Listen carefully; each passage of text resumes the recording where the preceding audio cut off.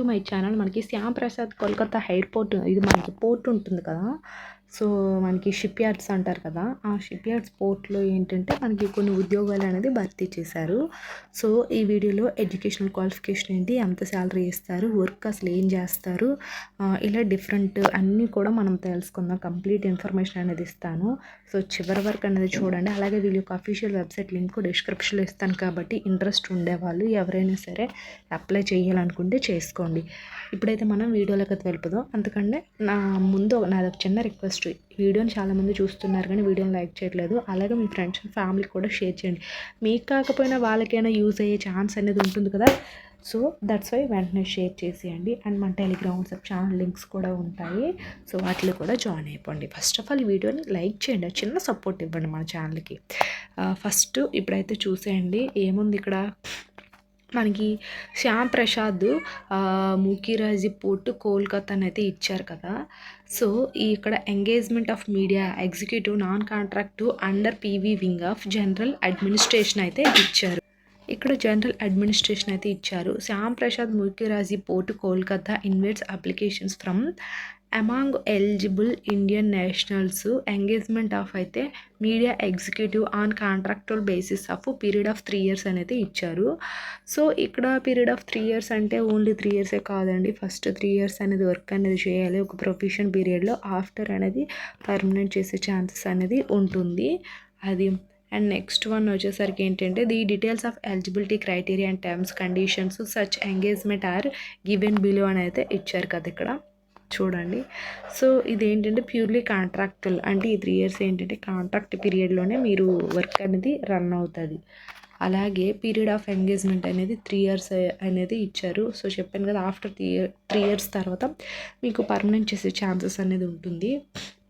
Upper age limit చూడండి.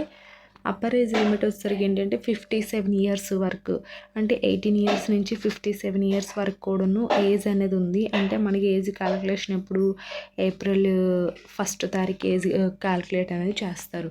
April 1st కంతా మీకు 57 years అనేది నిండకూడదు.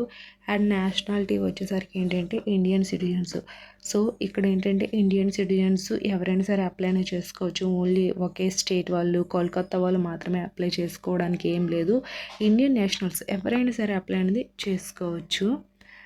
అండ్ నెక్స్ట్ వచ్చేసరికి ఏంటంటే ఎడ్యుకేషనల్ క్వాలిఫికేషన్ ఇచ్చారు ఇక్కడ చూడండి. అయితే ఇక్కడ ఎడ్యుకేషనల్ క్వాలిఫికేషన్ చూసుకునేసరికి ఏంటంటే bachelor degree in mass communication digital media అలాగే graphic designing management of recognised university institute of అయితే ఇచ్చారు. సో అది మీకు bachelor degree basic photo designings graphic designs basic వచ్చినా సరిపోతుంది. మినిమం గ్రాడ్యుయేషన్ కంప్లీట్ చేసిన వాళ్ళు అప్లై చేసుకోవాలి దీనికి. అలాగే ఇంకా ఏమి ఇచ్చారంటే ఇక్కడ అదర్ లాస్ట్ మనకి ఎప్పుడు డేట్ అనేది ఇచ్చారు చూడండి. బిఫోర్ ఇక్కడ చూసారా డేట్ ఎప్పుడు ఇచ్చారు. బిఫోర్ అంటే May 16th లోపల అనేది అప్లై అనేది చెయ్యాలి మనం ఈ జాబ్స్కి అనేది. సో ఆఫ్టర్ 16th తర్వాత డేట్ అనేది క్లోజ్ అయిపోతుంది. అప్లై చేయడానికి అయితే లేదు అది.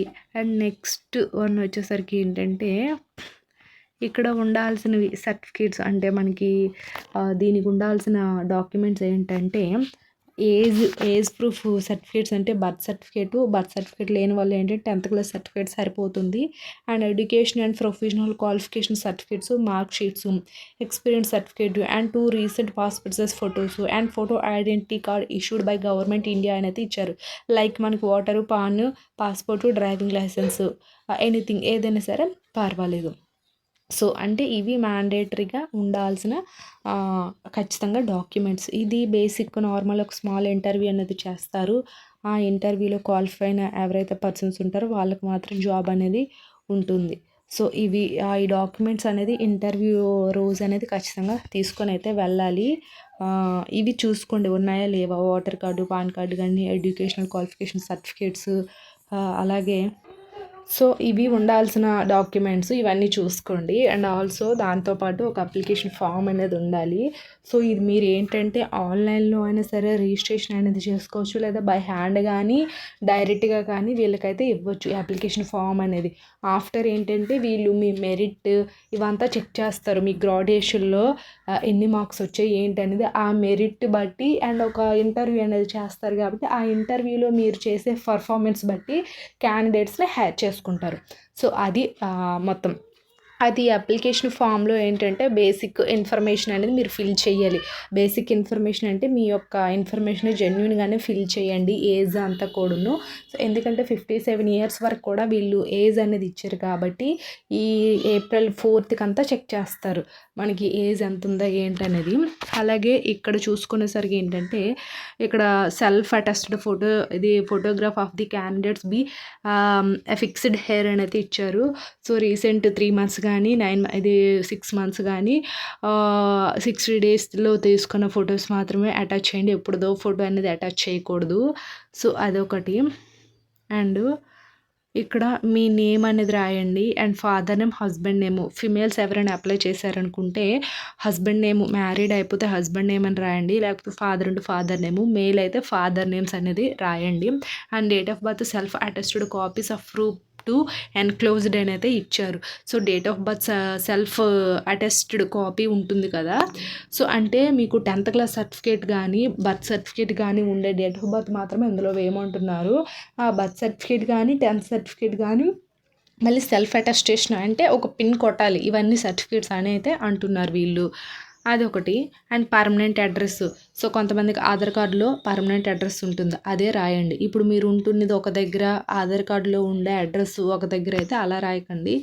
ఆధార్ కార్డ్స్, ఓటర్ కార్డ్స్లో ఉండేది పర్మనెంట్ అడ్రస్ కాబట్టి ఆ అడ్రస్ యూస్ చేసే మీరు ఇక్కడ ఫిల్ చేయాలి. And also nationality, address for communication అది ఒకటి ఫిల్ చేయాలి. నేషనాలిటీ ఎక్కడ మీరు ఇండియన్స్ అయితే ఇండియన్స్ అవి ఒకటి ఫిల్ చేయాలి. అండ్ ఆల్సో ఇంకా చూసుకునేసరికి ఏంటంటే మెచ్యువల్ స్టాటస్ అంటే మ్యారీడ్ అయిందా అన్మ్యారీడా. మ్యారీడ్ అయితే మ్యారీడ్ ఫిల్ చేయండి, అన్మ్యారీడ్ అయితే అన్మ్యారీడ్. అండ్ రిలీజియన్ మీరు క్రిస్టియనా, హిందూనా, ముస్లిమా ఏదైతే ఆ మతాన్ని ఫిల్ చేయాలి. అలాగే కేటగిరీ ఎస్సీనా, ఎస్టీనా, ఓబీసీనా, అన్రిజర్వ్డా ఏదైతే అది ఇక్కడ ఫిల్ చేయాలి.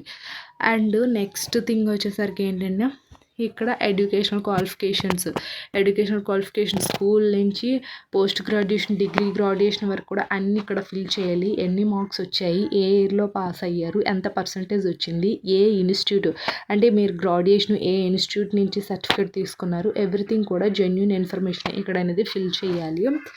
అండ్ ఆల్సో ఇంకా మీకు ఎక్స్పీరియన్స్ ఉంటే ఇక్కడ phone number, email ID, any other relevant information, signature of the candidates ఇవి ఒకటి ఫిల్ చేయాలి. ఇవన్నీ ఫిల్ చేసి ఏంటంటే చెప్పాను కదా, మీరు ఫైనల్లో సిగ్నేచర్ చేసి వీళ్ళకి బై హ్యాండ్ కానీ బై పోస్ట్ కానీ లేకపోతే రిజిస్ట్రేషన్స్ కానీ చేసుకోవాలి. కింద డిస్క్రిప్షన్ లింక్ ఇస్తాను, ఒకసారి చూడండి. ఐ హోప్ ఈ వీడియో మీకు ఇన్ఫర్మేటివ్. లైక్ చేసి షేర్ చేసి సబ్స్క్రైబ్ కూడా చేసుకోండి. Thanks for the watching this video.